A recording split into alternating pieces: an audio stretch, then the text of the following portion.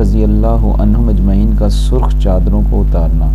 حضرت رافع رضی اللہ تعالیٰ عنہ کہتے ہیں کہ ہم لوگ ایک مرتبہ سفر میں حضور اقدس صلی اللہ علیہ وسلم کے ہم رکاب تھے اور ہمارے اونٹوں پر چادریں پڑی ہوئی تھیں جن میں سرخ ڈورے تھے۔ حضور صلی اللہ علیہ وسلم نے ارشاد فرمایا، میں دیکھتا ہوں کہ یہ سرخی تم پر غالب ہوتی جاتی ہے۔ حضور صلی اللہ علیہ وسلم کا یہ ارشاد فرمانا تھا کہ ہم لوگ ایک دم ایسے گھبرا کے اٹھے کہ ہمارے بھاگنے سے اونٹ بھی ادھر ادھر بھاگنے لگے اور ہم نے فوراً سب چادریں اونٹوں سے اتار لیں۔ فائدے میں شیخ الحدیث رحمۃ اللہ لکھتے ہیں، صحابہ کرام رضی اللہ عنہم اجمعین کی زندگی میں اس قسم کے واقعات کوئی اہمیت نہیں رکھتے، ہاں ہماری زندگی کے اعتبار سے ان پر تعجب ہوتا ہے۔ ان حضرات کی عام زندگی ایسی ہی تھی۔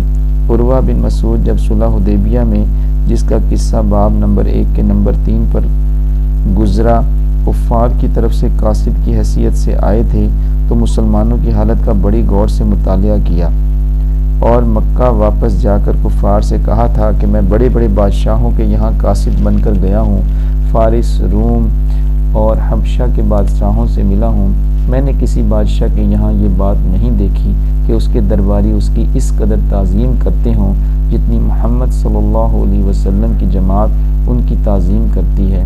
کبھی ان کا بلغم زمین پر گرنے نہیں دیتی، وہ کسی نہ کسی کے ہاتھ پر پڑتا ہے اور وہ اس کو منہ اور بدن پر مل لیتا ہے۔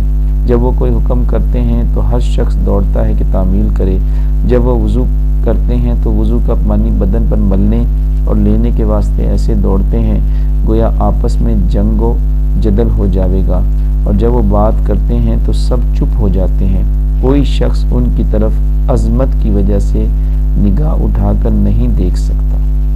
اللہ تعالیٰ سے دعا ہے جو کچھ ہم نے پڑھا اور سنا اللہ تعالیٰ اپنی بارگاہ یاری میں قبول و منظور فرمائے اور ہمیں اس کو دوسروں تک بھی پہنچانے کی توفیق عطا فرمائے۔